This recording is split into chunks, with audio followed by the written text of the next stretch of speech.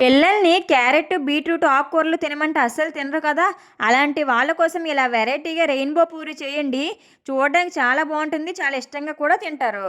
వీటిని చేయడం కోసం పాలకూర, బీట్రూట్, క్యారెట్‌ని తీసుకొని చిన్న చిన్న ముక్కలుగా కట్ చేసుకొని మిక్సీ జార్‌లోని వేసుకొని ఇలా మెత్తగా పేస్ట్ చేసుకోవాలి.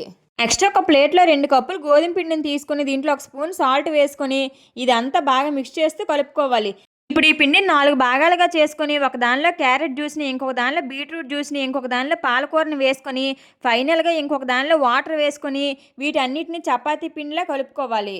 ఇలా అన్నిటిని కలుపుకున్న తర్వాత వీటిని 10 నిమిషాల పాటు నానబెట్టుకోవాలి. 10 నిమిషాల తర్వాత ఒక్కొక్క ముద్దని తీసుకొని వీలైనంత పలచగా ఇలా చపాతీల్లా ఒత్తుకోవాలి. ఇలా అన్నిటిని చేసుకున్న తర్వాత వీటిని ఒక దానిపైన ఒకటి పెట్టుకుంటూ ఈ వీడియో క్లిప్‌లో చూపిస్తున్నట్లు రోల్ చేసుకోవాలి.